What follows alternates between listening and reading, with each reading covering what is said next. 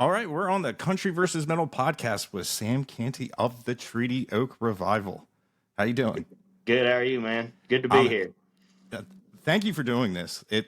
When Talbot said that you were going to do it, I was like, dude, that's awesome. Of course, man. Yeah, we've been following you for a while now. I think kind of around the time you first started a little bit. I've been following you at least. So Yeah, it's crazy to see you guys comment, especially like even like the personal accounts and everything. I get like the fangirl, like, oh, it's so cool. oh yeah, man. Our fans are kind of either hit or miss. I guess they either have good stuff to say or I don't know. They're causing trouble, Yeah. but yeah, man. I was so stoked when I was able to be on here because I always watch the videos of you listening to our songs, and I'm always like, is he gonna like it or is he just gonna absolutely hate it? But most of the time, it's good stuff. So Yeah. yeah, you're like, oh, okay. Yeah, like back in the day, I used to listen to like hardcore. And what I liked about that was like, the hard hitting drums and the bass wasn't afraid to play. Mm, And the guitars, they didn't have an issue with playing cowboy chords with distortion. And, right. because when I was listening like metal, a lot of it was like dun dun dun dun dun dun dun. And when Right. the hardcore came out and when I got into that, I just really liked how all the instruments really shine through the mix. But it got to the point where I got tired of getting yelled at. And you guys have that sound and that impact in the same way, but in a very smoother uh, production. You like, I feel like you're not yelling at me. I'm not struggling to hear your voice, and I'm getting all the lyrics down. It's just a lot easier to listen to, but I'm not really missing out on anything from like that are like old uh, bands like Grade, Cave In, and Fugazi, and all those guys. You guys have a lot of that element of like punk with just a lot of stuff that I really appreciated, like the late '90s and early 2000s. Right. Well, thank you, man. It's kind of we kind of wanted to do. All five of us come from extremely different musical backgrounds. Like, I'm kind of, I literally listen to everything. I think I've gone through a phase of every genre that there is, but I'm kind of the guy who's more Texas country, red dirt, Oklahoma music. That's just my shit. I can cuss on here, right? Yeah. Or okay, yeah, that's my shit.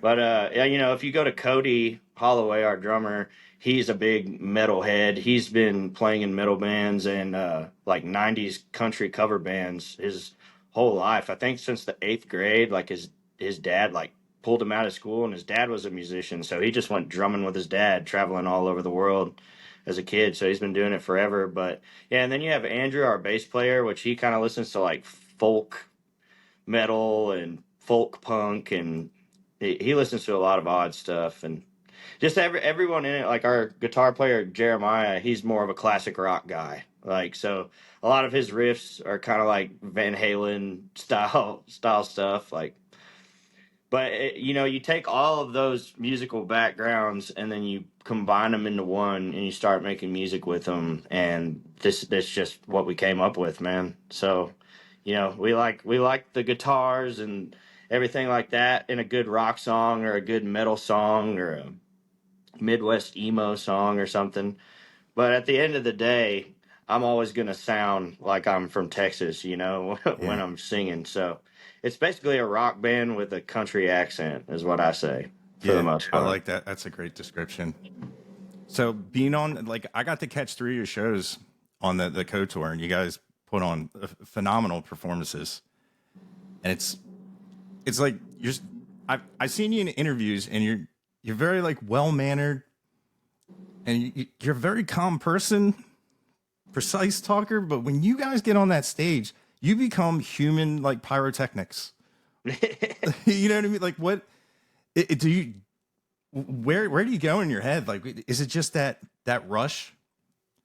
It's just, I don't know, man. It's kind of like It's kind of like when like your eyes roll back in your head, or like when you see red when you get in a fight or something like that. You just go out there and it's happening, but you kind of your brain kind of almost goes on autopilot, or you just kind of let something take you there. Because by the time I get off stage, I'm like, what the hell just happened? Like, what did I just do? Yeah. And then I go back and watch it on people's videos or whatever that they send us, and I'm like, dang, I look pretty cool doing that. I don't even remember doing that. I think that's how most of us go. Like me, I kind of I kind of go back to. I mean, now obviously we're playing bigger crowds, especially touring with Co now. But my mind goes back to like those 200 cap, 150 cap venue shows where people were just crowd surfing and screaming every word, and they let way more people into the bar than they should have, and that place is just packed to the ceiling, wall to wall, and you're sweating. The room is just hot, and everything's buzzing. That's where I go, and because those shows were my favorite shows, because our goal is to go out there and have as much fun as possible on stage, because we figure if we're having fun on stage, more than likely the fans are going to pick up on that, and they're going to have fun themselves, and so. Sometimes that can turn into absolute chaos. Sometimes it turns into a great night. And Yeah. sometimes people don't know what to think of it and it goes badly. But Yeah. thankfully for the most part it's been going great. And That's we've good to we've hear. been we've been very fortunate to have the fan base we have, and be able to play some of the places we play and sell out venues the way we have been. So it's been a Yeah. great thing. But That's yeah, outside of the stage, I'm kind of loosey goosey. yeah. I just thought that it was funny because I you'd seen that and then seen you live, and I was like, wow, you know, Yeah, it's definitely an experience, and especially after man, I've seen you 4 times now, and it just keeps getting better and better, and you just get to notice more things, and it's just, but yeah, like you said, what has there been like a show that was like that really stood out on this tour that got really crazy? oh yeah, you were at it, Oh, okay. Washington D.C., dude. How could we Dude, forget? I made a video of talking about it, and because people were saying like Coe's not the original Coe and everything, and then they like people were saying stuff about you, and I'm like, never once did I ever say Treaty Oak in that video, and I was like, it wasn't them, it was, dude, that was a 3-story bat. Those cups were like hard, Yeah, and people yeah, were whipping them down. I was just it, it I knew it would have been great content, but I was like, my phone's gonna get shattered.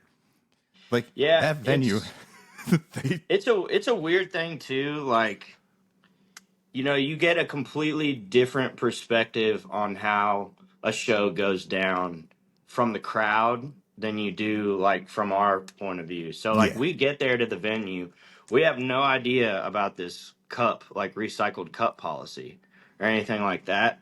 And we had played like 4 or 5 shows before that, and I asked them, and I was like, "Is it like, do y'all care if we do the beer slinging stuff?" And they were like, "Yeah, just like don't throw anything." And we were like, "Well, we don't throw anything. We yeah, just we shake it on them, and then we throw it back onto the stage, and our TM Blake comes and picks it up." hmm, And they were like, "Yeah, no, that's fine."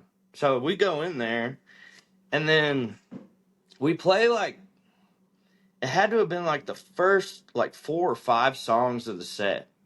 And automatically I could tell like something was off. Like I could tell the crowd was amped up, but all of a sudden, yeah, I started seeing stuff flying, and it was just like a cup. And then it became like 5 cups, and then it became 10 cups, and then it became, yeah, and then it just started growing exponentially. And then the one thing that we don't like is obviously getting hit with stuff on stage and getting our instruments hit yeah, or, anything else. Thankfully, we don't have amps and all the wires and all this equipment like we had before. We've kind of streamlined our setup on stage. But yeah, so when that started happening, I don't know, I just kind of got mad. I was like, we play that Boomtown song because usually during that one song, that's when everybody can go crazy for like one song, and then Yeah. you get it out of your system, and then it's like a reset. That's why we play it like in the middle of the show, because it's a reset for the second half. And yeah, we started playing Boomtown and it just exploded. Yeah. And then at that point, you're like, well, I can't tell them to stop, because if I do that, they're going to throw even more, Yeah. and they're just going to get even more. They may even get pissed off. So we just tried to get through it, man. Like I didn't know how it started. I didn't know how it got so bad. But at the end, it was almost like we were in a damn war zone, you know? Like, you're trying not to get hit. You're Yeah. worried about what's going on in the audience. You're worried about, you know, messing up when you're playing or singing. Yeah.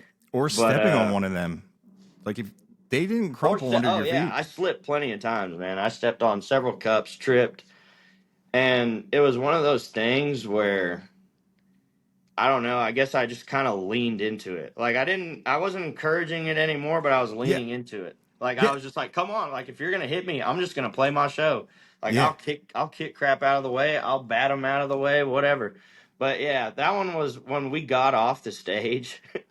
I was just like, I think we may get kicked off the tour for this. I was like, look at their stage, it's destroyed. Yeah. And the first thing I did when I put up my guitar is I ran back out onto the stage and I started picking up cups.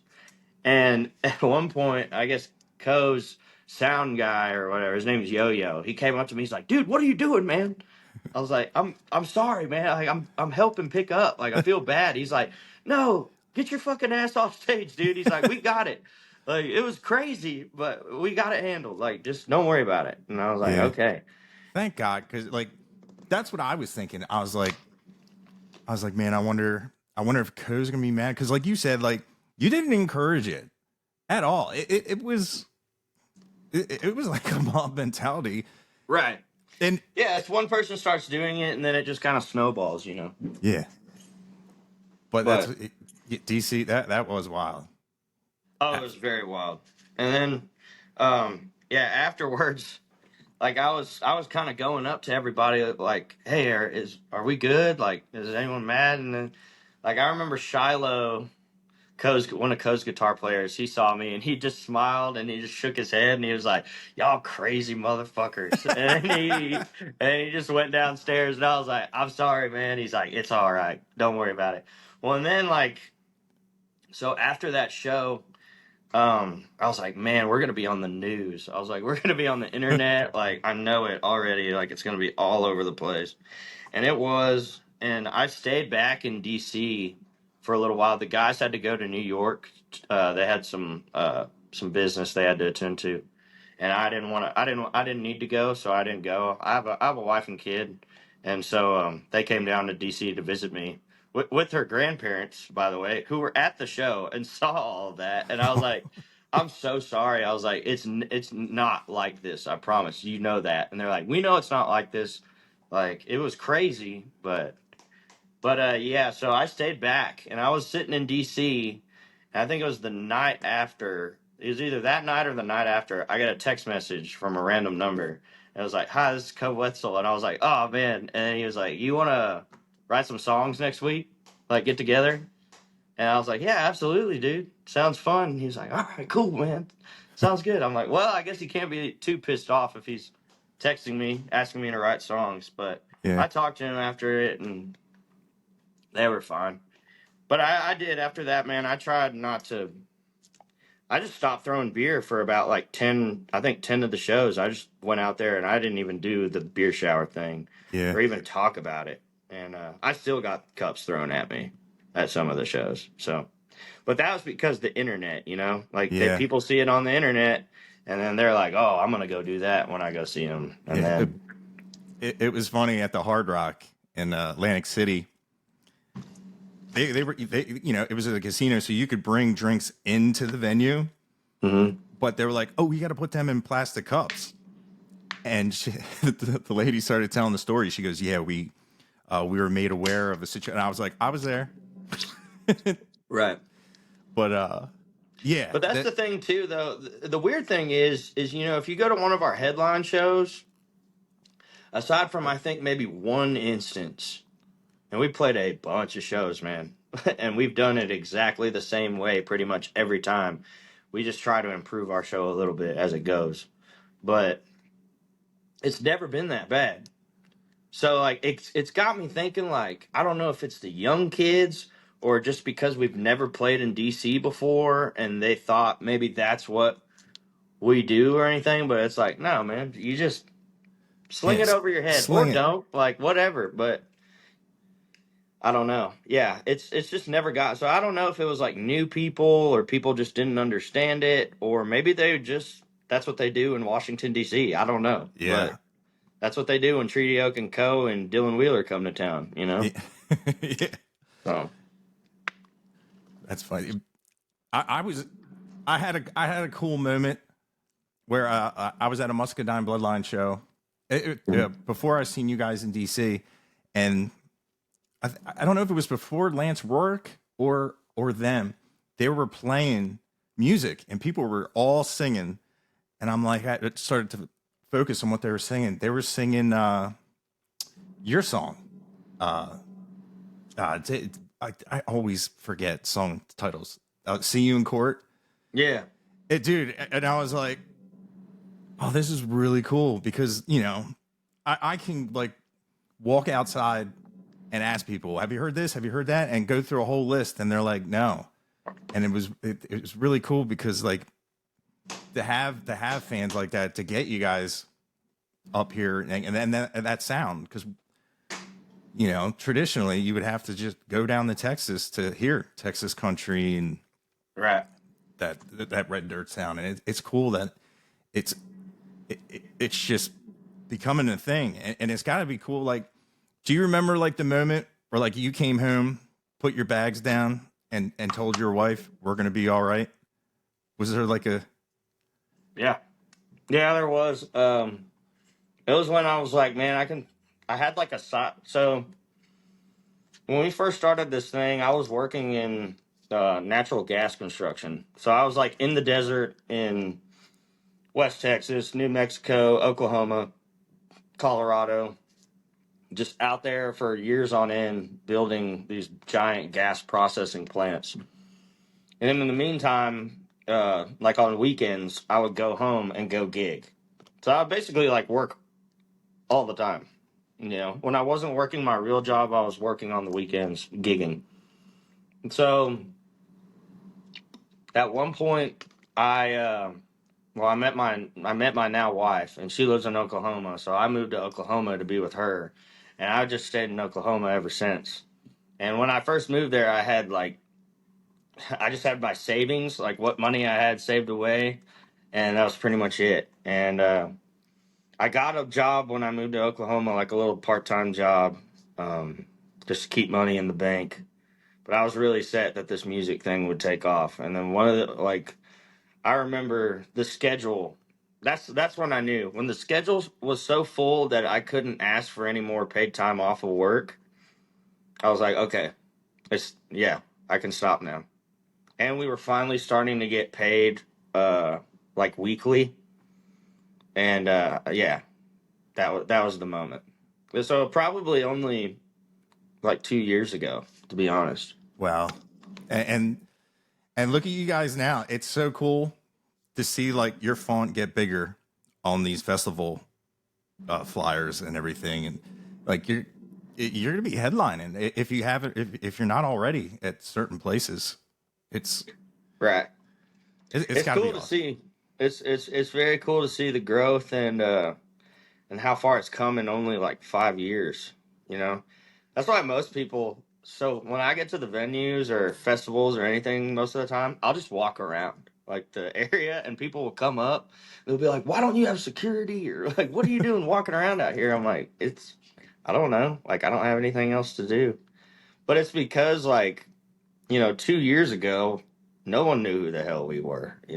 So 2 years ago, I didn't have to worry about walking around and 50 people coming up to you and taking pictures and all that, which I don't mind doing. But yeah, it's crazy to see it go from that to that in such a short amount of time.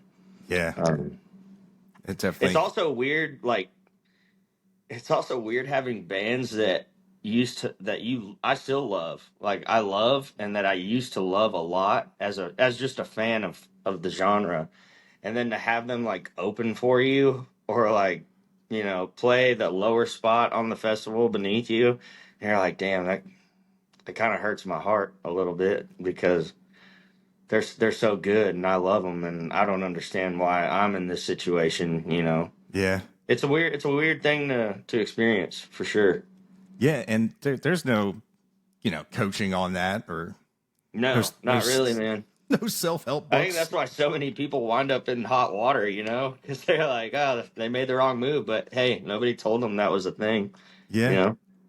is there any decision you made that you regret that you could go back and change, or has it all Oh, been? uh, I mean, there's always things that I Yeah, wish you could go back and change, but everything happened the exact way that it should have. If this was going to be a thing, I wouldn't go back and change anything because yeah. everything is just falling and kind of falling into place, you know? it it's been incredible to watch, especially like you played the Opry, like you've done so many awesome things while also being yourselves. You didn't play the Opry with some other, like you didn't record, you didn't play different songs to, obviously you abided by the rules, but you still stayed original to your guys' sound and yourselves, and that's awesome. Right. Yeah, that was one of those things.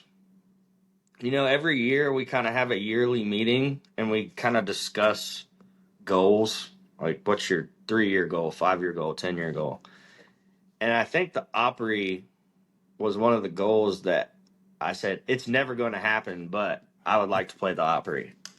And when we got the invite, that was the most insane thing and the most insane news I've ever received because I was like, we're not even, we don't deserve to be there. Like, our genre doesn't deserve, but at the same time, too, I watch all those Opry debut clips and stuff that they have on YouTube. And I've seen, rock bands play there and bands just like us play there. And so I'm like, oh, okay. Well, it's just about the music. And it is, our music is somewhat in the genre because of where we're from and what we write about. Um, but man, it's such a cool place to play too. It's one of those venues where you walk into it and you can feel the history in it. Like you can feel all the energy, the presence of everybody that's played there before you. And it builds up all the way up to you step into the circle and you start playing in front of all those people. And it's live TV too. So especially with us and our show, I really had to make sure, like, watch my P's and Q's on what I said on stage. Um, but man, when it was over, it was like the greatest feeling in the world. And my mom and dad, all our family was in the crowd too, and they were losing their mind because they're like, man, these guys were practicing for fun after work on Mondays in a vacuum shop, getting hammered, just playing cover tunes, and now they're on the Grand Ole Opry stage. So it was a surreal moment. Yeah, that I couldn't imagine, especially like when, like, I kind of like recently found out about it, but like is somewhere someone like you who's known about it their whole life and knows like the mystique and the just the importance of that building and the the circle and the Right. history of the stage, and actually, you stood there with people you've known about or listened to your whole life. That has to be an incredible Well, it's cool. It's experience. cool too because you know my bass player Andrew, my guitar player Lance, my guitar player Jeremiah, they didn't know about the Opry. They like my bass player was like, "Is it some kind of church?" or something like that. I was like, kinda, yeah. It's like the Church of Country Music, but no. So when they got into it at first, they were like, no, this is just some regular gig, you know? But then once they got there and they saw everything and they, you know, you could tell they felt it too. So once they were about to get up on there, like some of them were like pacing around and stuff. I was like, you're a little bit freaked out, but probably not as freaked out as I was. I was pretty visibly nervous, Yeah. which I don't get a lot of when I'm on stage nowadays. But that was one of them where, yeah, you get the butterflies in your stomach. And then, yeah, that has to be a weird feeling because you played hundreds and hundreds of shows now, and it's just like back to your first big gig again. Yeah, I can't count how many times that I've said to myself, like, this isn't even, how is this real? Like, this can't be a real thing. Like, when's somebody gonna come out and be like, gotcha, or you're on camera or something like that, you know? But We're after a just while, kidding. man, it just keeps going, and you're like, there's something here, I guess. So, like, do you have like a recurring theme of when people come up and tell you why they love your music? You know what I mean? Like, like you're obviously making music for yourselves that you love to make. Is there like something that is this like a prominent thing people always say? Uh, it's usually like your music saved my life. That's the one we get the most of. And I've heard some really, really crazy, like sad stories from some people about that kind of thing. And it's a weird feeling to have because it's something that, you know, you write in like 15, 30 minutes. Sometimes it'll take you years, but you know, most of them don't take too long to write once you get a hang of it. And it's just over, like, you know, something you thought up in your head. And then to be able to play that for somebody or someone to hear that, and it, you know, it stopped them from hurting themselves, or, you know, it stopped them from going down the wrong path, and you know, kind of got them leveled out, or talked them down from wherever they were. And it's crazy. I love it. It's, you know, as a songwriter and a musician, that should be everyone's job, is to make music that makes people feel something, make you feel an emotion. And if you're making music that's like convincing people not to, you know, end their own life, or, you Yeah. know, whatever gets them out of a hole, a depression, or anything like that. If it, you know, just listening to that song makes them feel okay, then I think you did your job as a musician and as an artist. Yeah. It's crazy that I mean your songbook where you write your lyrics becomes like a prescription pad for Right. people. It's Yeah. when you really sit down and think about it of how like the butterfly effect of just from you sitting down and putting your thoughts down on a piece of paper is going to go out and just spiderweb and change lives. That's Right. And that's what we hope, you know. I know, you know, and so far so good, but I know at some point in my career, or in our career, we'll probably, you know, we may write a few bad songs, you know, that are not going to hit. But but man, it's, we do it because we love it, and we make music that sounds good to us. And the fact that we can make that, and people enjoy it just as much, if not way more than we do, then that's a blessing, and that's special. That's what makes this worth doing, yeah, honestly.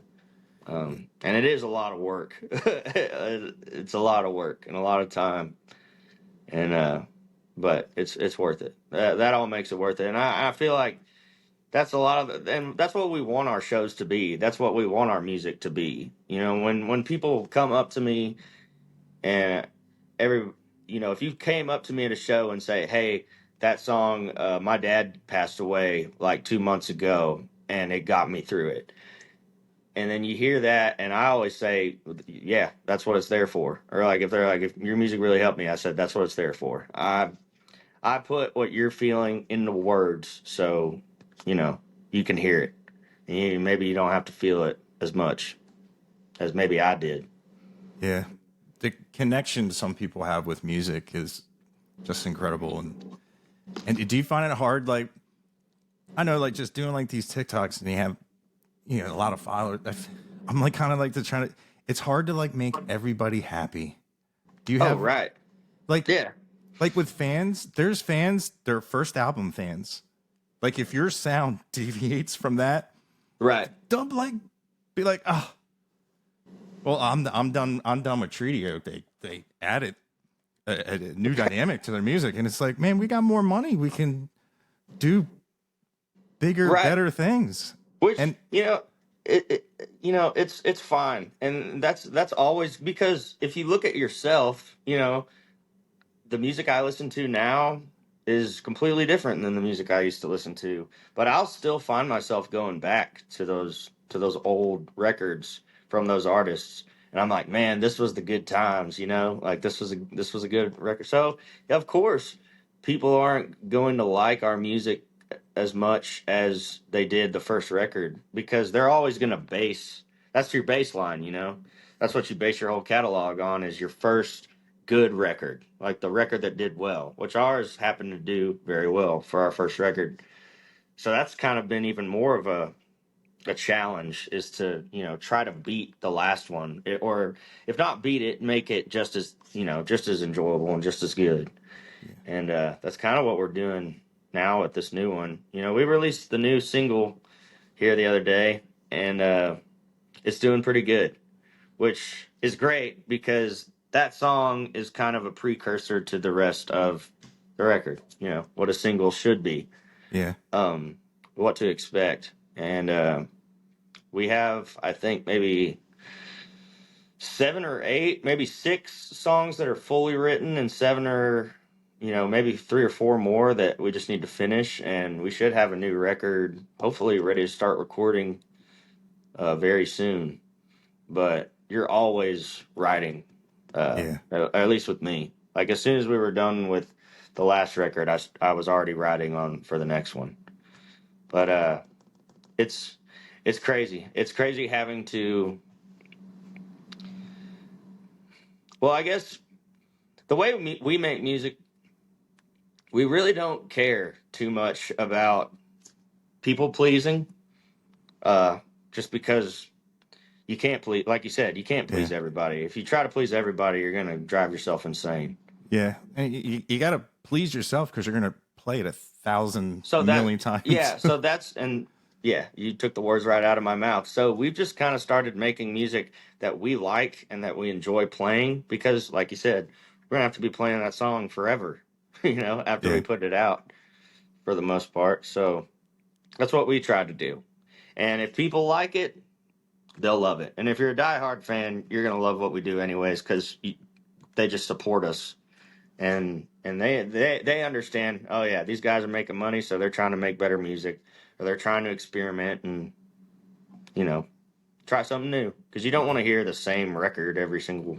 yeah, Yeah, then that's what the first record's for. Go yeah, back and listen to that one if you like it the most. yeah, And if you don't like our new record, there's millions of other artists you can go listen to. Great artists that are probably better than us. So but that's the cool thing about music is it's everywhere. yeah, And there's something out there for everyone. yeah. You definitely right about that. Now, one of the things that makes you guys really original and different, and this is why I love doing the vocal isolations on you guys, is how did the harmonies come about with you guys? Was it like a plan thing, or were you all just singing together and someone just said, "Do that"? Well, it's kind of creepy how this whole band kind of just fell into place. It started off with this cover band, and the original members, the only original member from that original cover band that's still with us is our lead guitar player, Jeremiah Vanley. And we had some other guys in the band, and their lead singer left, so they needed a new lead singer. I came in, got the job, and I wrote original music So I said, hey, would y'all want to start doing that? And they said yes. And then shortly after I joined, probably 2 weeks after I joined, or maybe a week, Jeremiah brought his nephew, Lance Vanley, to practice one day because he had moved back to Midland and he had nothing to do. And he said, hey, come on out, drink with the guys, play some tunes, and have a good time. And he came, and as soon as I started hearing him play guitar and play along with us, it just fit. Like I'm like, he's the guy we need. And one day we were singing a song, and I started singing, and he just came in behind me with harmonies. And after that happened, I was like, holy shit, man! I was like, I didn't know you could sing. He's like, oh yeah. He's like, that's like my thing. And he went to school at it's this Christian university called IHOP. I think it's in Kansas City or something, International House of Prayer. And he went to school for music and music theory. So I guess that was one of the things they taught him in school was to do harmonies. And that was one of the things like they told him that he needs to work on the most. So he's just been the harmony guy ever since then. He can find harmonies in anything, man. And the thing is, like my voice and his voice, I feel like just click. Like they go so well together that I told him once he joined, I was like, I'm never starting another band or leaving this band without you're coming with me. Like we're a package deal. Yeah. And that's just kind of how it was. We got Cody, our drummer. He just kind of fell into place, and he was like the last puzzle piece once we got him because he's such a good drummer, and he's also a great singer. He knows how to. He used to be a metal singer. He could growl and scream and everything.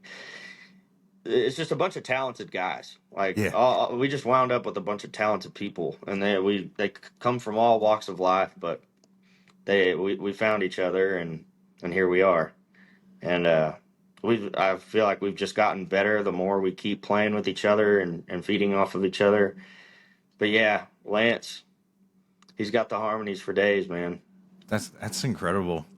That Me and just him, funny thing, me and him used to go they had karaoke competitions in bars in town and stuff. We would go sign up for them and we'd win sometimes.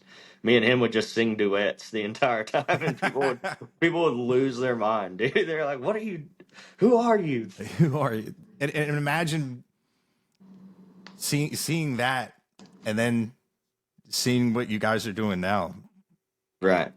That's just crazy. It just yeah, I was wondering because nobody nobody sounds like you guys and nobody like really does that and has that and they're all like all the harmonies are so tight and it's just man it's perfect just how like you were saying I'm huge fan of it like once I do or run the program and it takes your voices out I was like man that's incredible of just how Right. And most of those vocals, especially on "Have a Nice Day," um, nothing's done to them. Like those are just straight up vocals, straight out of the booth, with nothing touched. So we just we have a really good. The guy we record with, Taylor Kimball, uh, who we recorded the last record with, and who we've been recording with ever since.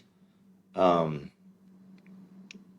he just always made sure we got really good takes, and it works. He didn't have to. He's like, he texted us after the album was done. He's like, guys, I'm really proud of y'all. I didn't have to use a single bit of melodyne or anything in this entire recording. He's like proud of you guys.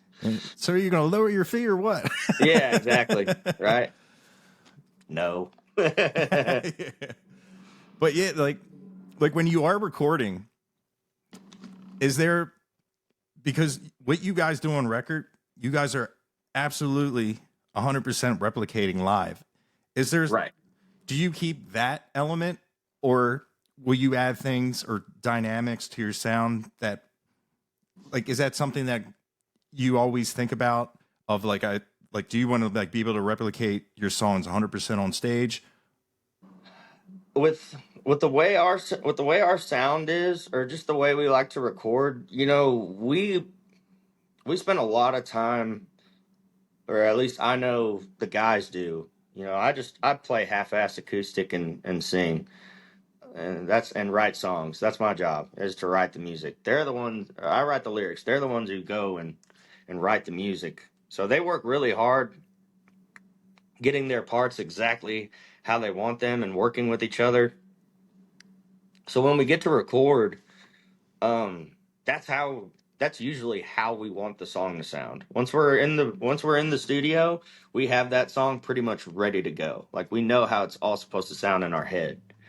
And for the most part, when we do mixing and mastering and production and stuff like that, we have very little production, and we try not to have everything, you know, we don't like clean sounds. We like a little bit of grit. We like muddy, you know. And we just don't really do a lot of production when we make records. So when we can play it live, it sounds exactly like the record, because when you're listening to the recording, you're just hearing a really good recording of the song. Yeah.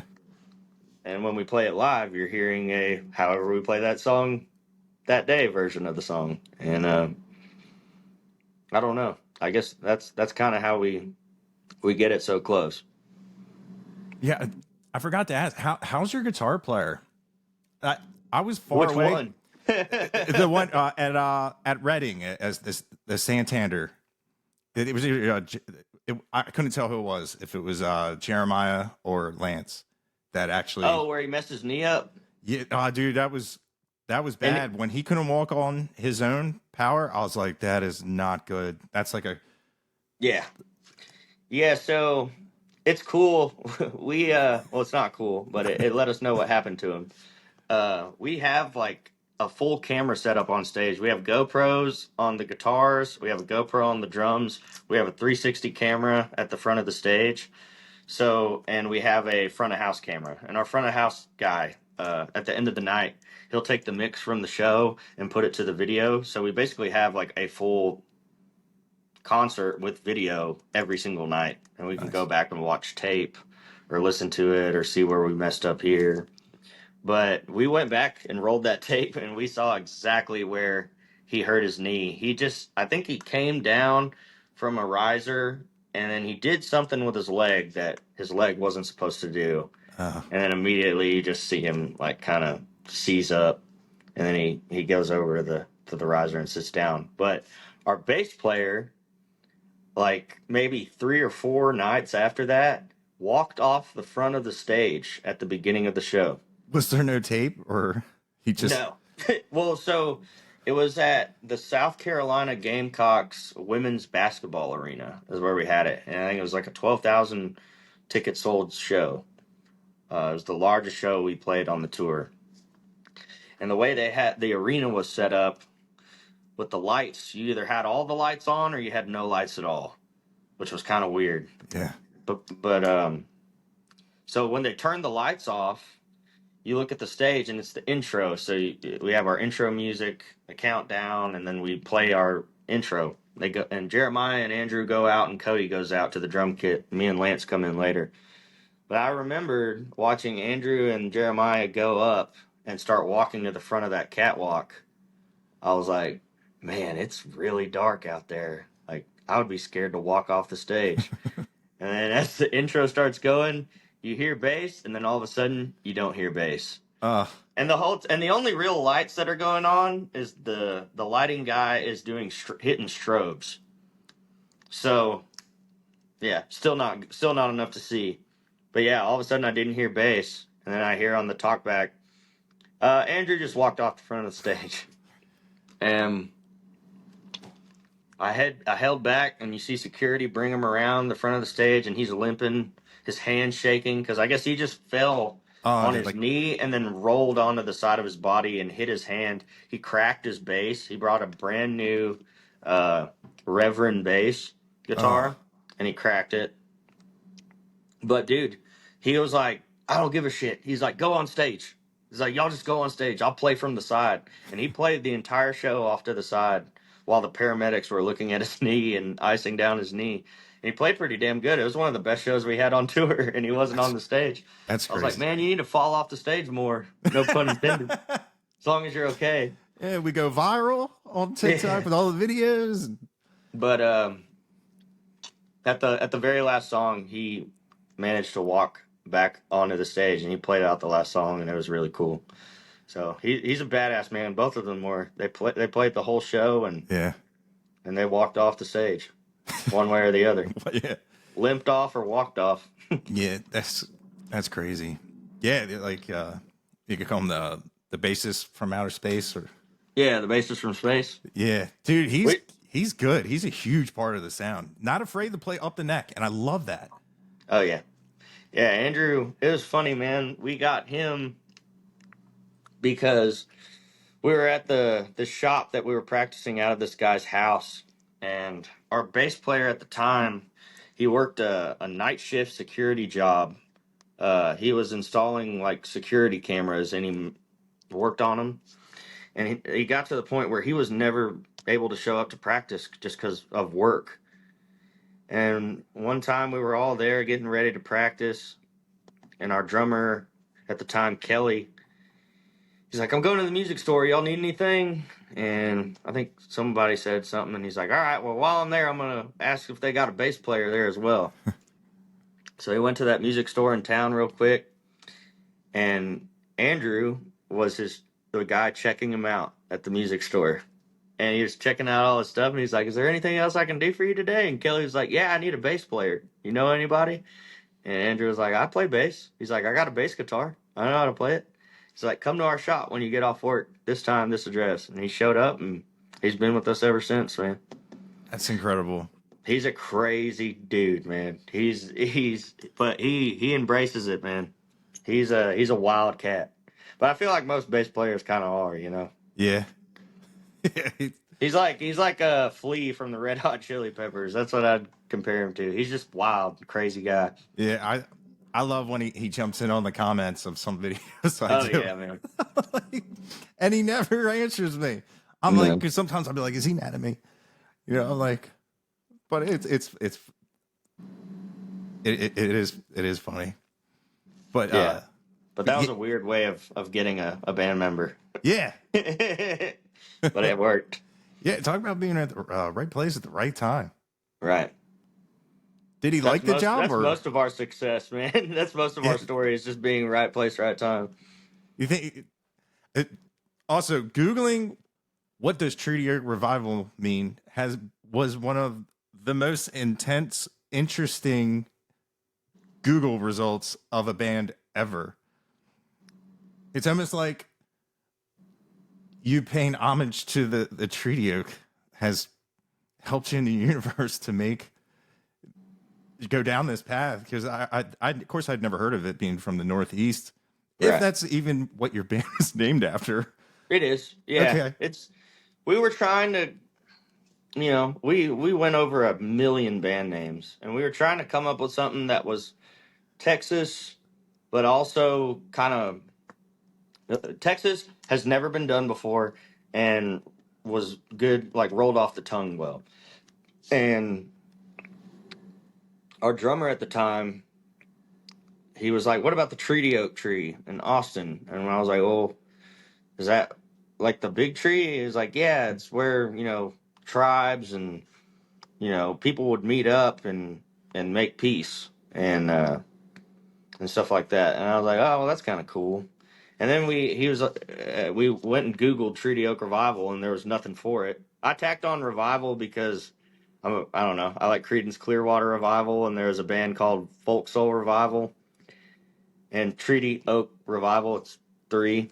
So, and now people just call us Treaty Oak or Treaty or TOR or whatever, which is cool. Because I like that a lot better than Treaty Oak Revival. That was the hardest thing ever for the longest time, was telling people our band name. Because they'd be like, what's your band name called? Treaty Oak Revival. Tree Oak what? Tree Oak the Bible? The Bible. Like, no. Or, dude, we've had so many things on our marquee, like Trinity River Band or Texas Revival, or I was gonna say, just all sorts of it was always just like a bad name, but we were too far into it that we couldn't do anything to change it or anything. So we're like, Yeah. man, people are always going to know us by that, so we'll just Yeah. keep it. It worked for having 3 names like Cross Canadian Ragweed. It reminded me kind of like you know the band is Rainbow Kitten Surprise. I know of it. I've never heard of Yeah, them. I mean, never like heard the that kind of music. name. Like it's a terrible name, but the music they make is amazing. It, So, but I don't know. People tell me all the time. They're like, Treaty, I think the name's cool, and I was like, well, I'm glad. I'm glad yeah. somebody does. But It's hey, if you're younger and your parents are asking what show you going to, Trudy Oak Revival, that could be like a it kind of sounds like a church group. yeah, church. We're going to church. Oh, Yeah, I'm gonna see a Christian band. yeah, that works. But yeah, the story of, and then somebody tried to like poison the tree to break the Yeah, spell of him being in love with his methadone clinic counselor. I'm like, yeah, something like that. yeah, It's crazy. It's wild. yeah, and I spent And like it lived. It survived. yeah, and it They said it revived it. exactly, and it was funny, and I'm like, I spent like a good 45 minutes reading about this tree, and I'm like, man, I'm supposed to be researching Sam. You know, like, Right. I was But I like, man, mean, I guess you could kind of say that, we're in a sense like that. I mean, there were several times that this band should have been dead in the water. There was so many times that we just should have given up, but we just kept going, man. Like because we had to, like this, we didn't want to work our jobs anymore. Like because we just felt like we weren't meant to work a regular job, yeah, So we were like, and this is what we love to do. And we feel like we're good at it. So we're gonna do everything we can to make this thing work. And I don't know, it's kind of similar, I guess, in a way. yeah, And like I said, we always want our concerts to be like a place where everybody can come and just let loose and have a good time and get a break from their shitty work week or their boss calling them a motherfucker or whatever, man. You get in a fight with your girlfriend. We've had people like who came to our show with their ex-boyfriend or their ex-girlfriend or something, and they like got back together.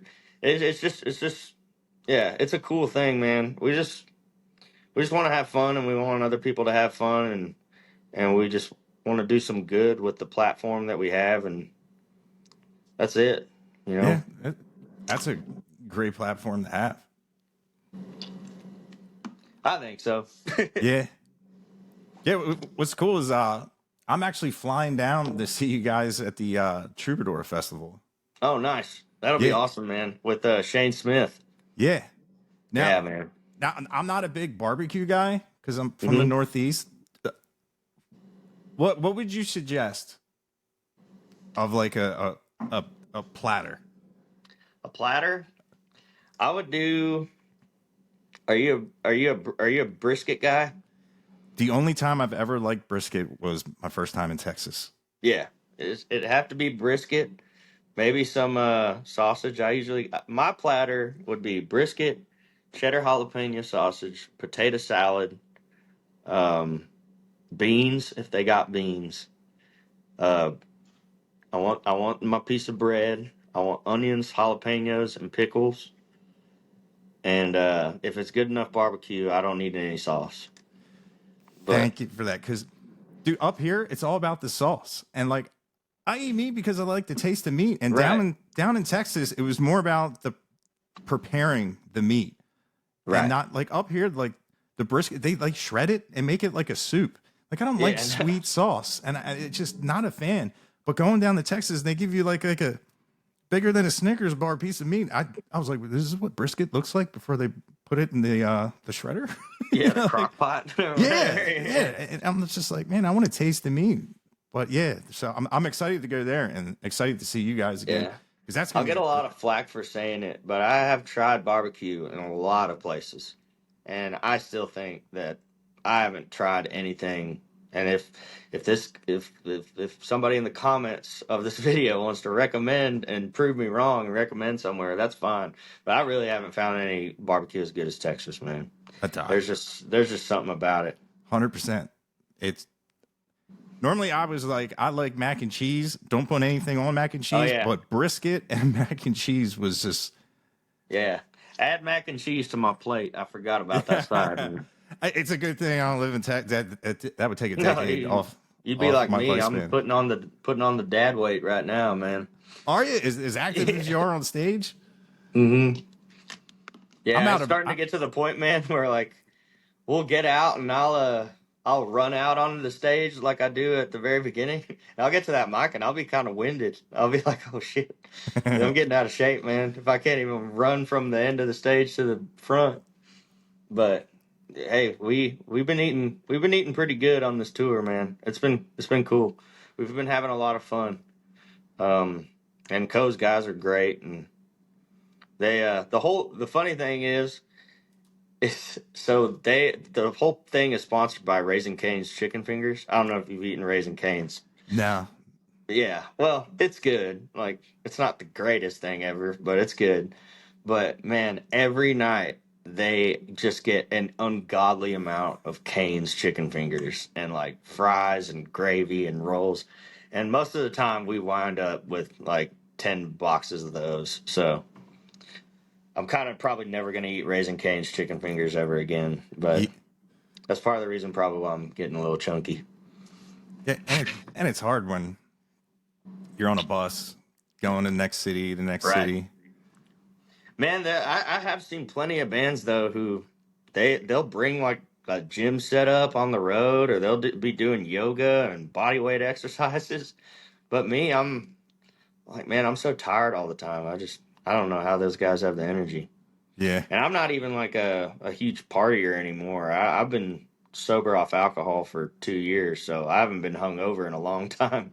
yeah, But yeah. maybe, I read that, and has that like shocked people?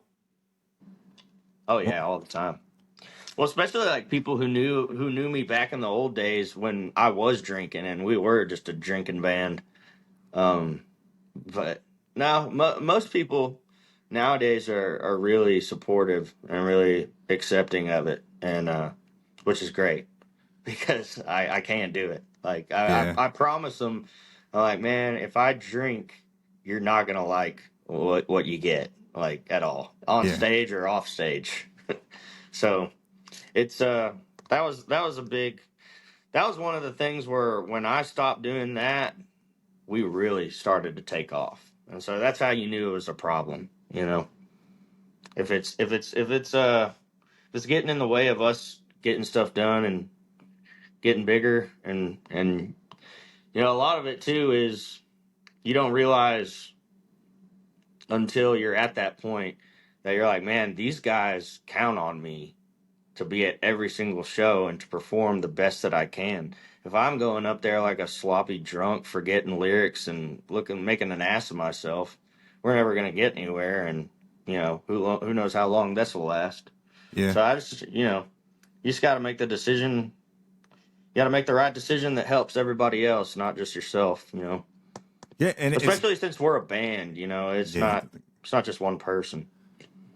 it's inspirational, and it like when people don't know, and I've told, and they're like, like just the persona gives off like, oh, let's go hang out with Sam and throw TVs out the window of the hotel Yeah. room, and you just you can have that persona of like a real fun, rowdy party band and still enjoy life 100% sober and Dude, there are people who comment on our videos all the time, like that they took of me or whatever, and they'll be like, "Man, he must have been drinking heavy this time," or it's like, "Man, he's all fucked up." I'm like, "Dude, I promise you, I'm not." yeah, Like, yeah, that's a Bud Zero.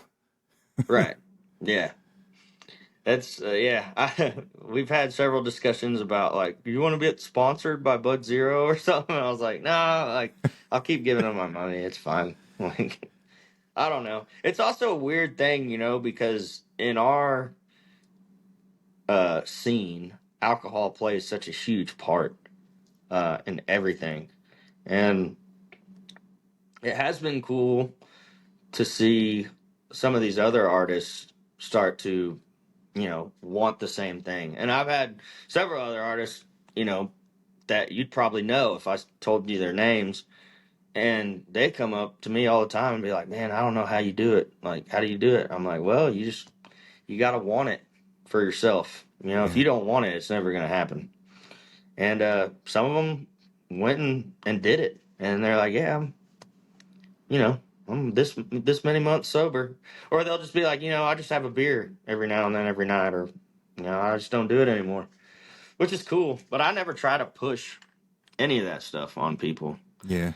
But it was hard at first, you know, because at the end of the show or during the show, people are buying you beers or shots, especially if you're playing at those honky tonks and everything like that. And you just got to tell them no. Just, you know, just be like, I'm sober now. I don't drink, but these guys will. You Yeah. know, they all still drink, so you know, you can go give them to them, and they'll have a good time, but not me. Yeah.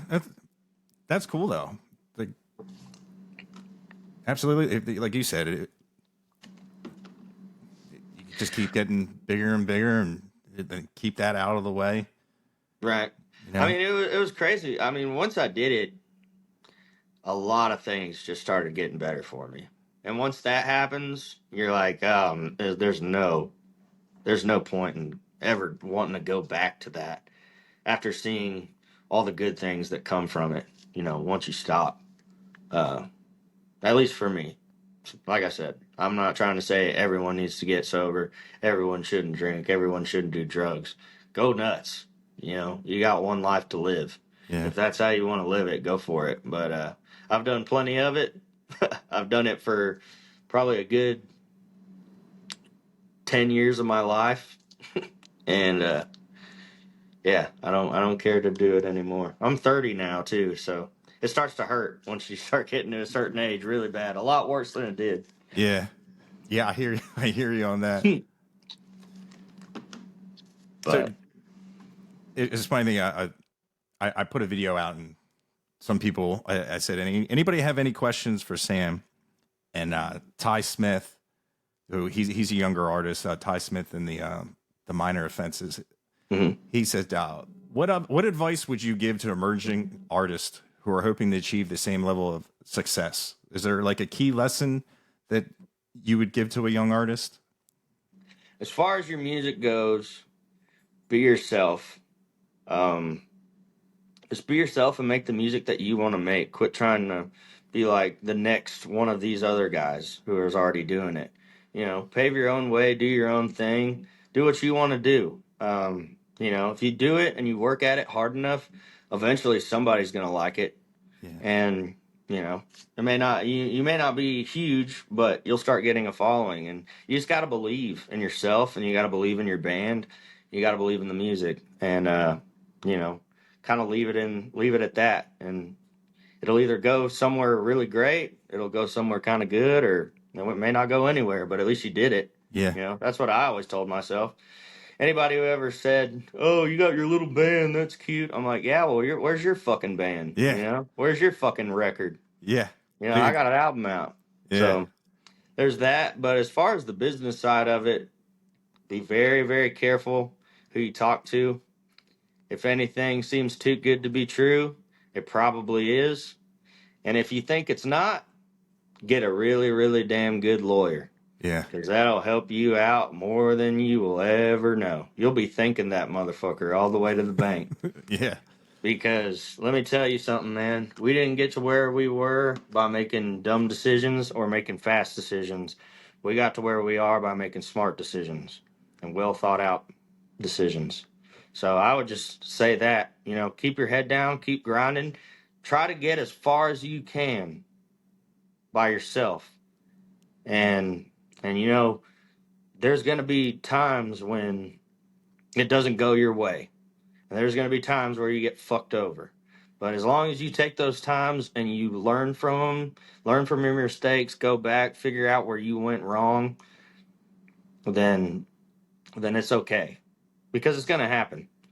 And the other thing is always surround yourself with good people who you trust and that have the same goals and dreams that you do. And if you can do that, I think you're a lot better off than most people, I would say. Yeah, dude, it's spot on. Spot on advice. So there you go, Ty. Yeah. And I always try to tell people like the truth will set you free. If Right. you start lying, saying like, "Oh, I can't make this show because of this," and then they see it at another show because it was a bigger opportunity. It's just stuff like that. Well, But people nowadays, especially nowadays, I think people crave authenticity, and they can also smell. They can smell it when something's off. When someone's being not their true selves, or someone's being fake, or someone's being too much, uh, I think people immediately pick up on that, and they're like, mm. So a lot of those guys uh, who do that stuff and it works, that's great. But I mean, you're gonna have a lot better time just being yourself. And obviously, you got to put on a show. Like you said, me on stage isn't the same me as how we're talking right now. yeah, I amp it up because you have to. But yeah, you need to quit trying to be somebody else and do your own thing. yeah, yeah, 100%. So just say that the next meeting you have, and you guys are all talking, and they say, "Sam, what's the next big thing for Treaty Oak?" Do you already have an answer, or Oh yes, yeah, I have an answer. Just keep making music, man. That's the whole reason why we do this is to make the music. We enjoy making music. That's probably I have more fun doing that sometimes than playing shows.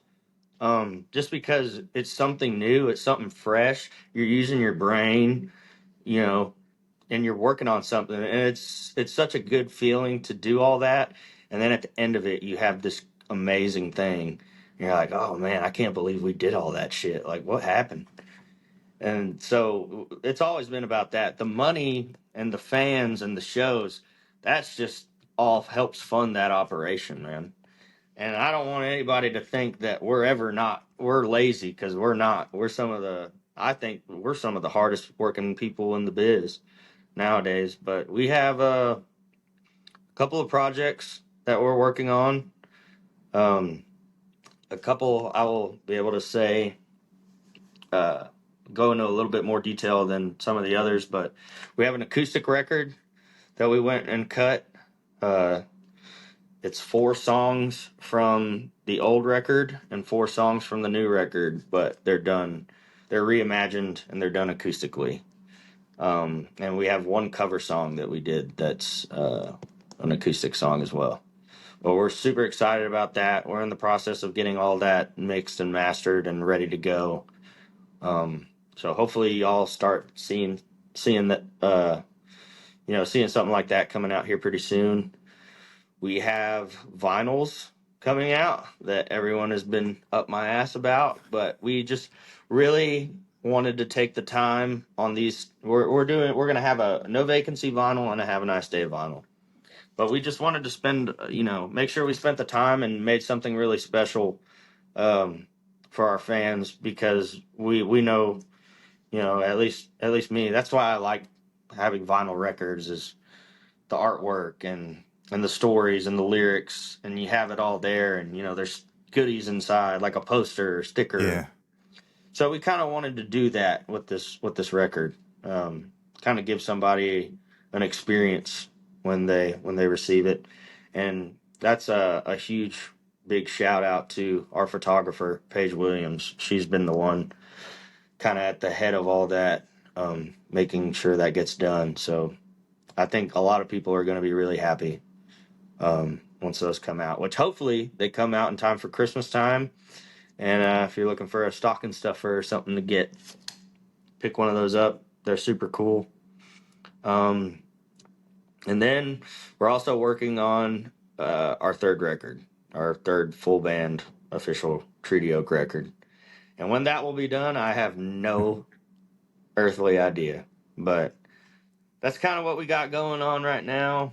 There will probably be some more things to follow in the books, I'm sure. But those are the ones I'm focused on the most, I think. So Cool. Now, I know you're a busy guy. Is there anything else you want to talk no, about? man, like we're so right now we're in Kentucky on days off, and we just got done golfing, so we literally have nothing to do. So we can go as long as you want, man. I have nowhere to be. All right. If you have more things you want to get into, It's I can talk. I can too. I guess so outside of music, is there anything that inspires you? Like book books, art, or do you miss your songs just from life experiences? Most of the song is are yeah from life experiences. Sometimes I try to go outside of that. Like obviously on songs like Close Encounters and Fishnets and See You in Court. Like I've never been divorced in my life, but I have a bunch of friends who were going through that at the time, like really nasty divorces, custody battles, and I just felt really bad for them. Some of them, and some of them were women and stuff, and I felt bad for them, and I was like, man, I feel like there's not too many songs out there, especially like in our genre, that kind of go over what it's like to go through an experience like that. So I was kind of writing from the perspective of other people, but I think most of my inspiration just comes from just regular normal life. Like I said, I'm always writing. So when we're on the road, I'll usually come up with something and I'll write it down or I'll record it on my phone. But man, being on the road is some good material. I tell you what, just being outside and being in nature and going out and trying new things. If there's something going on and you're like, I don't know if I should go there or not. I usually say, yeah, but it'd be a cool story if you went and see what that's about. And then that's kind of how we get most of the stuff done. But I also like to. I have a guy that I write with. His name's Gannon Freeman. I write with him sometimes, or I'll write with my band. Like Happy Face, I got inspiration for that because we were on days off in Gulf Shores, Alabama, and we bought this. Or we didn't buy it. We rented this Airbnb, this giant beach house, and it was right on the beach. Um, and I had the second we got there, and I was really, it was at the point in the tour where I really missed being back home and I missed my wife. I was having fun with all of my friends. Like, I shouldn't be sad or missing anybody. I'm having a great time hanging out with the guys. But I thought that was a cool song. Like, idea, at least, is even though you're having fun, you still wish you were, that other person was there. Or, your girlfriend or your boyfriend or whoever was there. And I wrote the first line of that song in like a bar and grill patio by the beach. So it was a very nautical themed song, but I remember I pretty much wrote the whole song and I said, "Hey guys, let's go try this out." And we literally pulled all of our stuff out and like put it right next to the beach and everything, and we worked the song out right there. And that's pretty much the song you hear now. But yeah, just stuff like that, like being in different places. Uh, asking yourself, what am I feeling right now? Is there something in that, or even just a turn of phrase? Like wrong place, wrong time. Yeah. Your Like where are you songs, gonna be? Where are you gonna be tonight? I'm gonna be at the wrong place at the wrong time, probably. some of your songs they do have like I always mispronounce M Night Shyamalan or Shyamalan. Yeah, twists. Your songs have twists. I love how you're just be like, all right, I love you after like a song is singing about how, Hmm. how Yeah. you hate this person. It's like, you know what? Well, it's also that too. Like when you're with the guys or whatever, or like if you're with your girlfriends or whoever, like you're always trying to put on a front like, oh, I don't miss them, I don't fucking need them. But in reality, deep down you do. Like you're just not telling everybody all the time. Yeah. So it's just one of those things. Like the Close Encounters song, that was my buddy just told me. We were all sitting around trying to write and think of stuff to write about, and I was going down the line, somebody would throw out an idea, I'd be like, ah, no, that's corny, or oh, that's been done.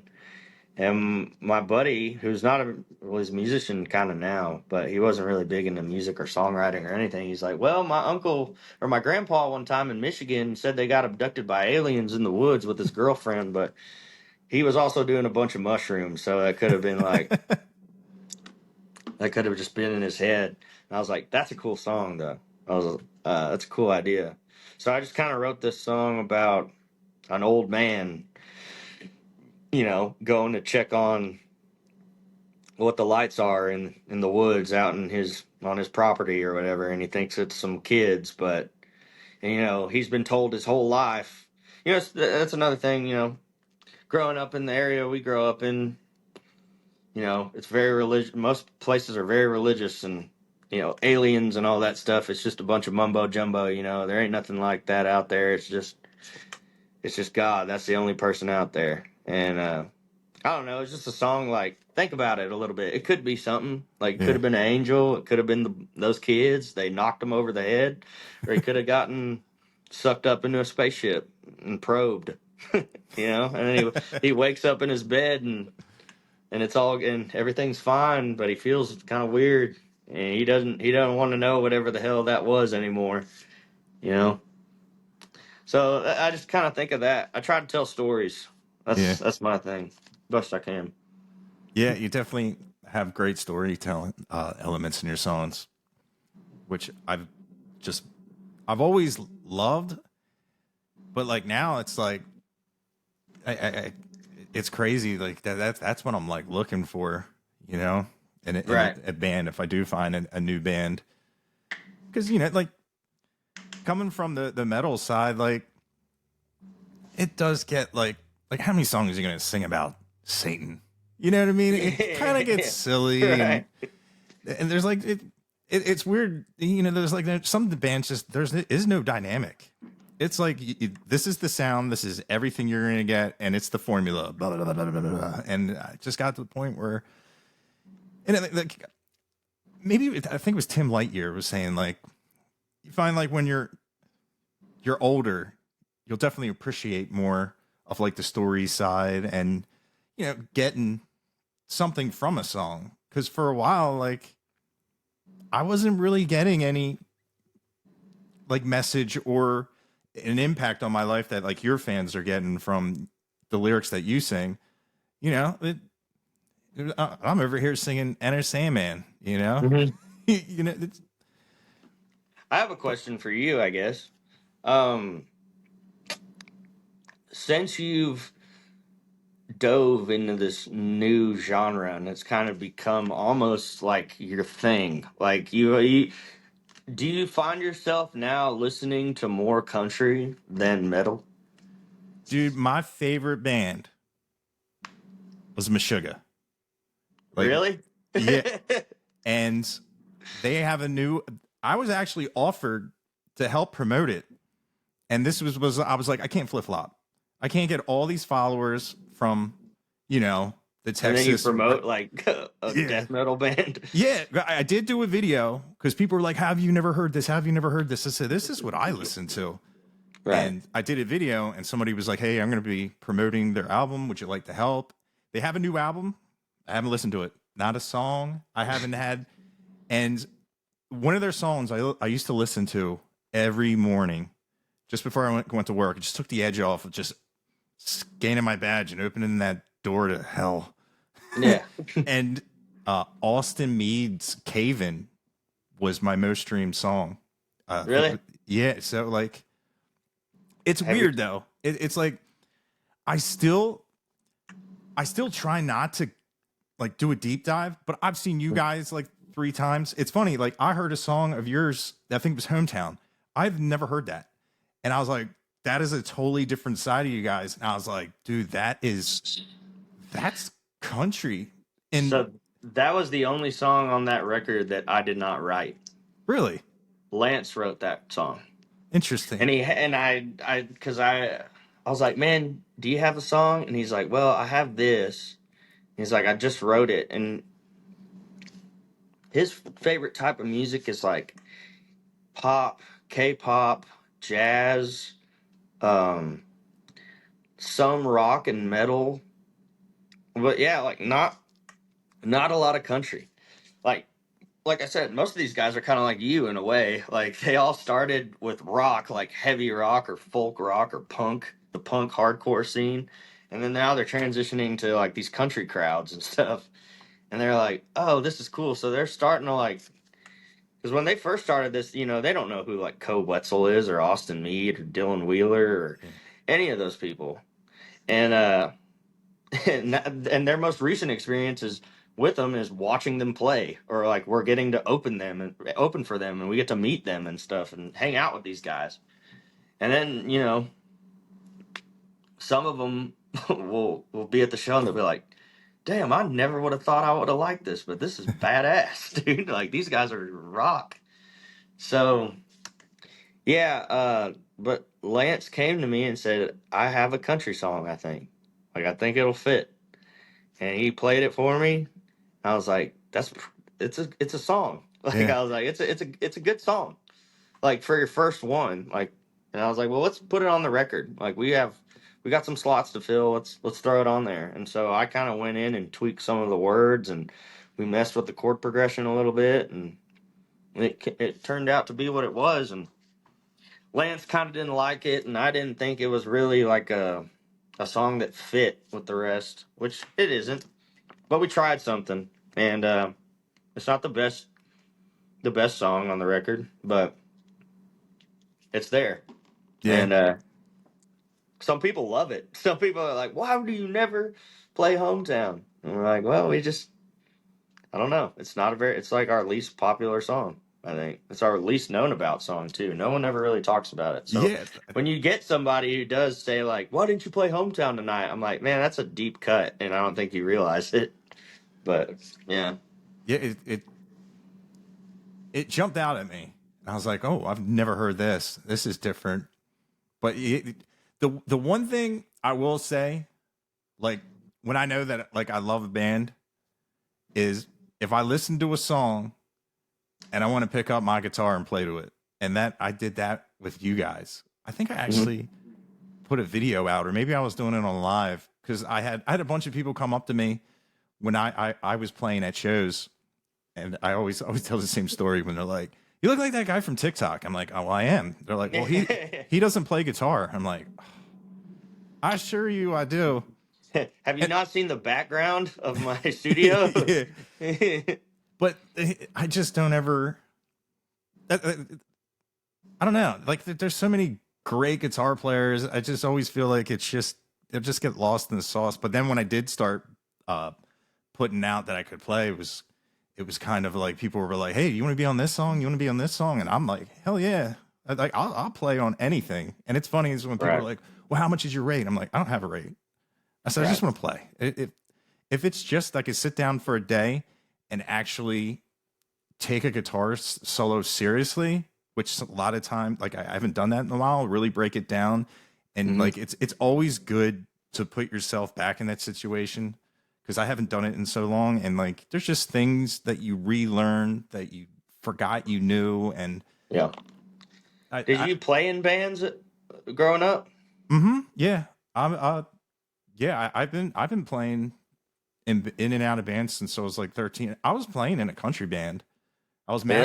I was managing a country band, and then uh, one of the guitar players, you know, knocked somebody up, and they're like, "Well, Yeah. who's going to replace it?" And I was like, I play," and it was crazy. Like we won every contest we put in for, and there was a lot of it's just a lot of bad decisions, and Yeah. it it's this close. Like when people hear the story, they're like, there's no way. I was like, dude, we were Spinal Tap. Yeah. Everything that could, Go wrong went wrong. yeah, like we got free studio time, and like at a real studio in Nashville, we got to record. And then there was a thing where the guy was like, "Hey, I'm going to put you under my name. I just want you to change your band name to something that I could sell easier." And I was like, "Okay."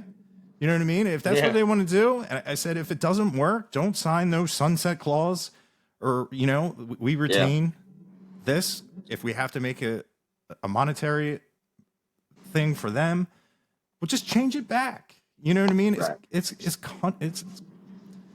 but yeah, and then that started the infighting, and then it was like somebody was Yeah. like, "Hey, where's Patrick?" And I was like, "I didn't know we had a show," and it was just Right. but Yeah. yeah, I feel like it's like that though too, man. Like, especially when you're young. Like, 'cause I think that's bringing it back to that Thai kids question. A lot of these guys are young dudes. Like, I've met guys who are playing in bands that are really, really good, and they're only like in their teens, like 19, 17. And, these guys are fucking amazing. And then they get, like a record company or something like that who comes up to them, or some Joe Schmo label from down the road or whatever, an investor waving money in your face and saying, hey, come do that. And then they do that, and then their life becomes just a one big headache, And yeah, they're like, man, this isn't even fun anymore. Like, you took all the fun out of what we were originally doing this. yeah, I mean, that's another reason why I just think you do it. You try to do it yourself. Like, you yeah. try to just get as much, because at the end of it, the only person who's really, you're going to be 100% sure gets it done is going to be you. You Yeah, know? I 100% agrees. Keep it as 100% independent as you possibly can. But then there For comes as the long point. as you can. Yeah. Now, a question for you. Now that you have fans all over the U.S., and I imagine you have a ton of fans in Europe. That's something independent. Is that something that would be a huge? I would have no idea how to book shows, like customs, because you can just drive down there. It's not like Texas where you can drive for 20 hours to still be in the same state. There, Right. you're different countries, and currency, all that stuff. That's Right. And so we're like we're just now getting to that point where not only are we finally big enough, but we finally have the right team in place to where we can go do that, and we will have, because we have we're part of a management company. Like, we have a third party management firm that they deal with all that kind of stuff for us. Or basically, what they'll do is give us like a checklist and be like, this is what you need to have by this date in order to go out of the country, and this is how this is going to work. This is the plan. And so having people like that to do those things for you is great. yeah, Which is, a management deal like that is not anything like a record deal, or it shouldn't be, I don't think. You are going to have to pay them a little bit of something, but, that's your investment to make sure that they do a good job, yeah, because then at the end of it, you can be like, well, you're not doing shit for me, so why do I want to stay with y'all? I'm out of here. yeah, Peace. yeah. Um, That's a load off of your mind. hmm But, yeah, we're planning on hopefully going out of the country next year. And like, I already have my passport up to date, but a lot of the guys are getting their passports ready to go. And but yeah, once you from what I have garnered from it, once you get over out of the country to those other places, it's kind of like starting back at square one. Like, you're either playing like small shows in those cities and stuff like that, or you're on like the bottom tier of the festivals that go on there. And Yeah, you go out there and you're just hoping that you can get a good crowd, and that, the crowd that is there, you put on a good enough show to where they go home and they're like, dude, we just saw this band and they blew our fucking mind. You need to come back the next time they come through. And yeah, so that's our goal, is hopefully go over there, get on some festivals, play some shows here and there. And the next year when we come back, we have an even bigger crowd, an even bigger following. yeah. Um, I've seen a lot of artists from the scene going over there and having sold out shows. right. That's awesome. And man, if you hit in those markets, it's a good payout, man, Oh, because really? those people obsess over like our kind of music. Okay. Yeah, I just saw like Randall King talking about that when he Right, said like if you have a European fan, they know like everything there is right, to know. right. I mean, it's kind of the same. I guess it's kind of the same way if you look at it as for music in other countries, you know, like the UK and stuff like that. But they're all trying to come over here to the US because we love that music so much. And Yeah. that's why, you know, a lot of those UK bands come over here and kill it. Absolutely kill it in the States. So I guess it's the same way flip flopped, you know. If you have a giant following in Europe, go over there and kill it. Yeah. If you can make it work. Yes. That's got to be so cool. Traveling, doing music, just getting all those experiences and culture. It's crazy, man. I think I've maybe aside from like three or four, I've been to every single state in the United States. Like Wow. pretty crazy. Yeah, not a lot of people can say I that. never thought I would ever be able to do that. Like at my office job, I was like, I'm never gonna see the country or anything like that. I'll be here behind a desk for the rest of my life. And then this happened, and I've been everywhere, man. That's awesome. That's yeah. We still got a lot of more places to go. Yeah. That's the crazy thing about this business and the music. You know, it never ends, and there's always something new. There's always it's like why I say like the guitar is such a good thing to learn because it's infinite. Like there's always something different you can do with that instrument. You know, it never ends. So if you're someone who likes a challenge, but like once you know everything there is to know about it, you get bored easily. So you stop doing it and move on to the next thing. Try guitar because it'll piss you off Uh, because you can never get the hang of it I completely, you know? I love it and hate it at the same. It's you know like once getting into like when they hearing like the chicken picking guys. That's an entire skill set that I'm Right. trying to learn a lifetime. Like and it's frustrating because I can do shred. One thing like people call me for sessions if they need something done fast. I can play fast. Now listening to it and then I'm just like and then you try to like do the hybrid picking with the chicken and I'm just like oh my god it's just Right. it took forever. I'm like just to get your brain get Right. locked in and then Yeah. like once that happens like like it's all about how much time you want to put into it and there's never enough time. Right. Like I've always written songs and stuff like that, but guitar was like the last thing I learned coming up to this. So I only know, man, probably like 8 chords, 9 chords really. But if you're playing like the kind of music that we're playing, that's really all you need. Yeah. Like and a capo. Like I have a capo, which is a cheater tool, but I don't care. Like it's the song that I'm playing. It works. And usually all the guitar really is for me anyways is just something to do with my hands when I'm up on stage. But I'm trying to get better at guitar and I feel like I have, or at least the guys tell me that I have so Yeah. far. But man, watching those guys do some of the stuff that they do on stage is even that to me is unbelievable. I'm like, how the hell do you even do that? How do you make it sound like that? How do you move your fingers that Yeah. fast? How do you and it's just they're like, oh, it's just all muscle memory. Yeah. And do it in the dark with a strobe light in your face. Right, and That's smoke in your eyes and shit. yeah. Yeah, Yeah. crazy. Yeah, you see your hands through all that vape smoke. Yeah, right. It's definitely different. It's like when you go out on stage like for the first time and you're like, I can't see anything, like Right. I should have bought that guitar with the glow in the dark inlays and Yeah. yeah, oh man, I remember like we were so excited when we got our own lighting rigs and the first show, I couldn't wait to turn them off. Yeah, because you're like this, you can see. Yeah, and I'm like, and people were like thinking like, oh, this guy doesn't practice. This, and I'm like, no, man, we should have had a.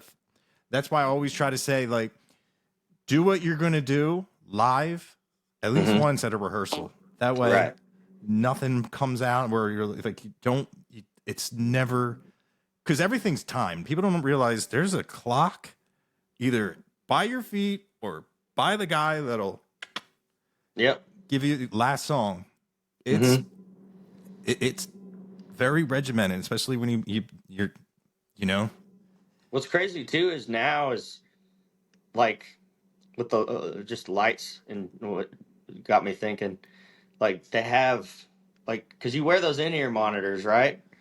And they'll have like choreographed things where like a person's voice will say like go to the front of the stage right now, and then you have to go to like follow the light. I'm like, how do you? Okay, you're already in front of like thousands of people, right? There's smoke, there's lights, there's you have to remember what you're playing, what you're singing. How do you do all that, and then you have to listen to like some machine tell you where to be on stage? I guess that's just the next level, you know. Yeah. But man, that's a lot of multitasking. For someone like me, I got ADHD, dude. Oh, Like dude. I can't pay attention to save my life. Same here, and to have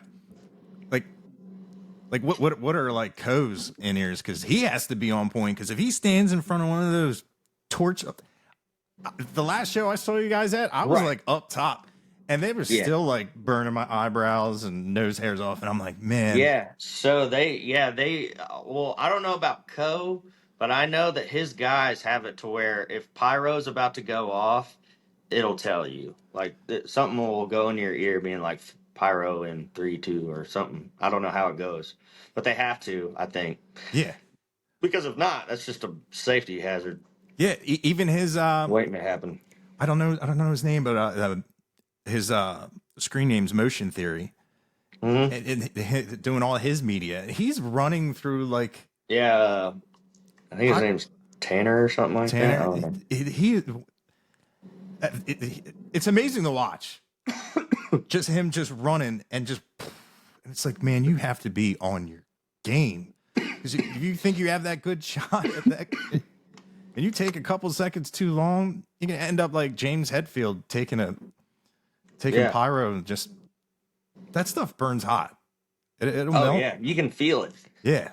And you can be standing off stage and still feel it. But I mean, so that's the thing we have to look forward to now is because next year, I think a lot of these places that we've been playing on the Co Tour, we're gonna come back next year and try to headline those spots. Nice. So, but when we do that, like we're also in the process now. We're trying to find a lighting director and get lights and maybe some pyro. We don't really know what we want to do, but we're gonna have to up our production if we're gonna be playing these bigger places and doing more headlining shows of that degree.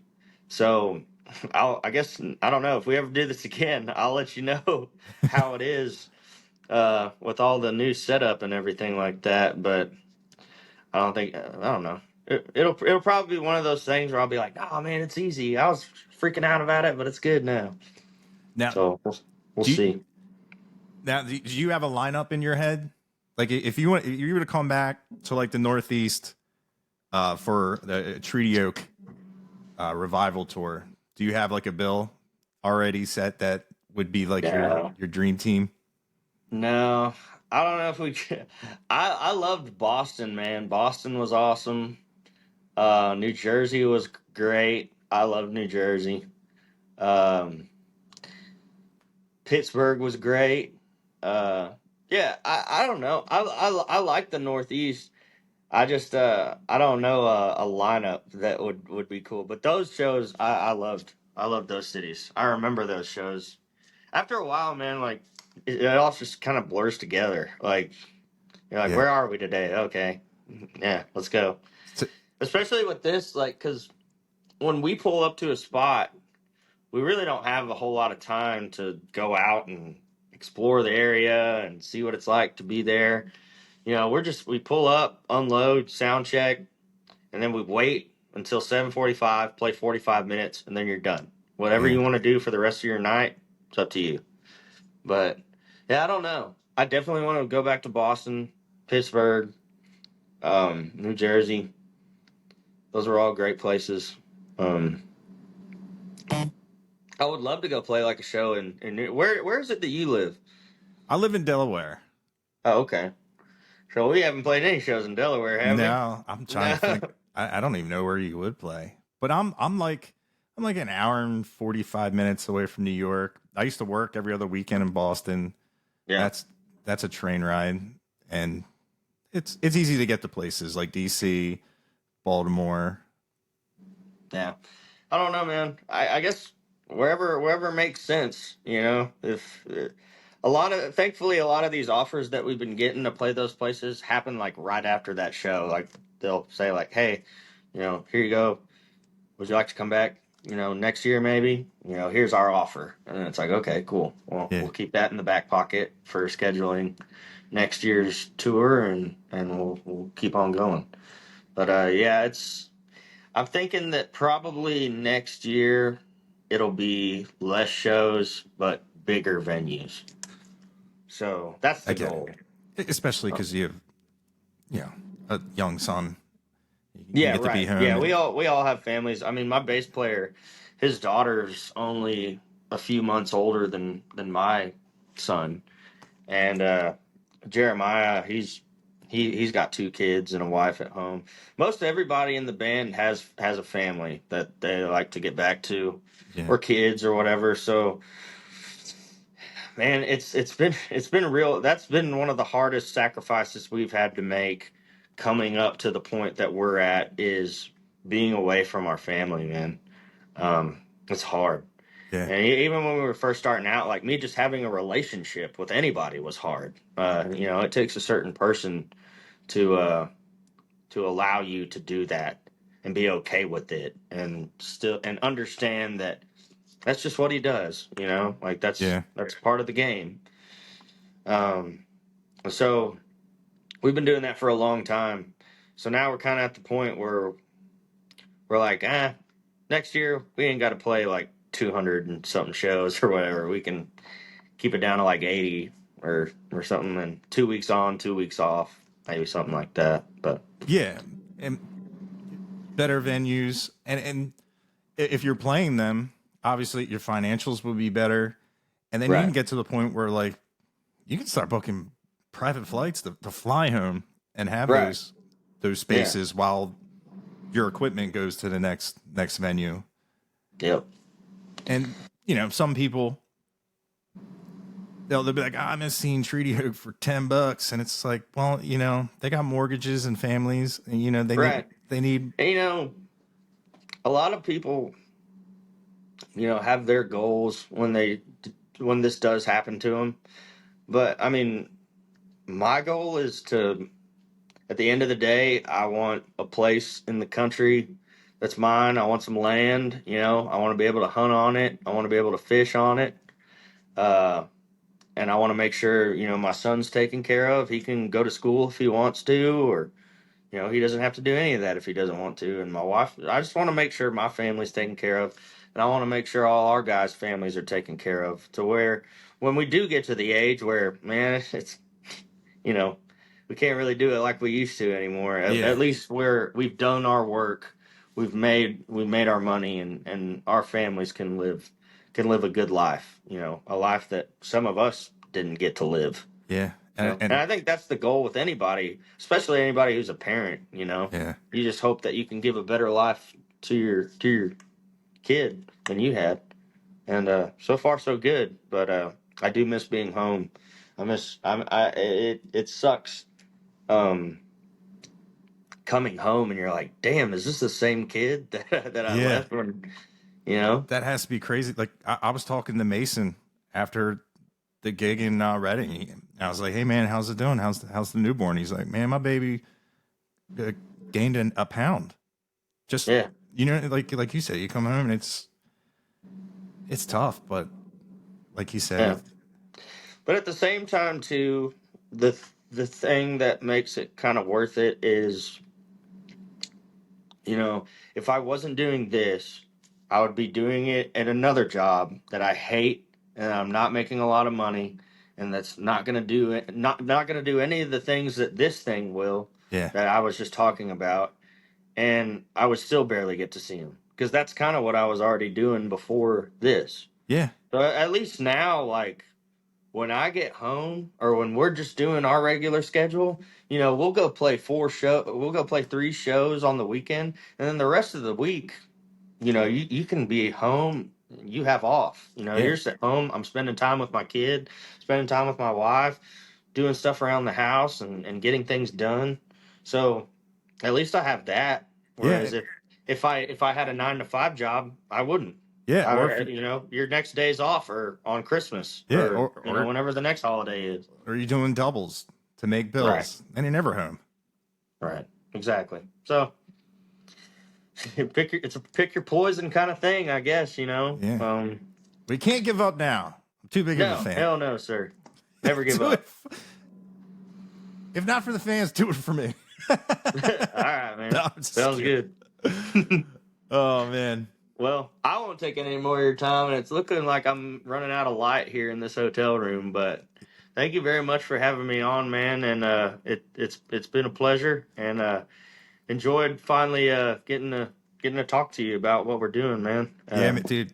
It was a great talk, and yeah, I can't wait to see you again down at the Troubadour And I hope Fest. if you ever had a preconceived notion about us that wasn't a good one, I hope maybe that I help kind of put that to rest. Yes, dude. I really, I will campaign for you because Thank you. like I said, seeing interviews, I'm like, this is not a malicious guy. You know, like they probably had no idea about these semi-rigid cups that were just they were missiles, and that's like when I never said your guys' name because I absolutely did not think you had any encouragement of Right. it or anything to do with it. So now we have Right.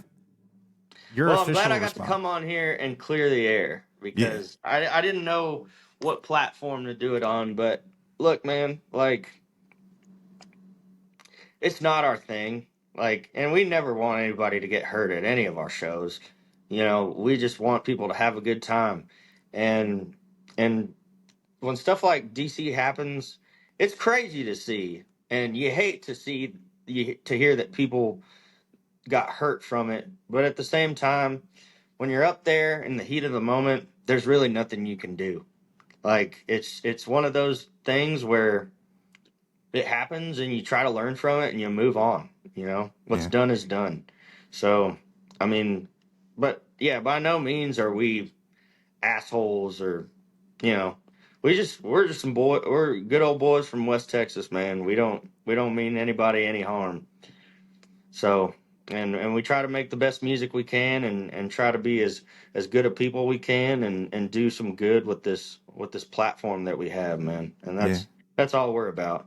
yeah, dude. You guys are doing a great job. And And there really isn't no other trick behind it either. yeah, We just are who we are, man. yeah, honest. I'm so glad, like, doing TikTok, I'd find like a whole entire like genre of music I can love again and just be happy like I was when I was, Yeah. like senior, like senior year all over again, Right. getting a new soundtrack to my life, Treaty Oak Revival. Hell yeah, brother. Glad I could be a part of it. Yeah, man. Yeah, hopefully I'll be able to shake your hand down in Texas. Yeah, brother. I hope so. We'll see you soon for sure. If you know, if you ever think about coming, you want to come to a show, you just holler at me. All right, we'll All get right, you man. in there. All right, I appreciate you. You have a good night, man. All right, you too, brother. Good talking to you. Yep. Good talking to you. Take it easy. See ya.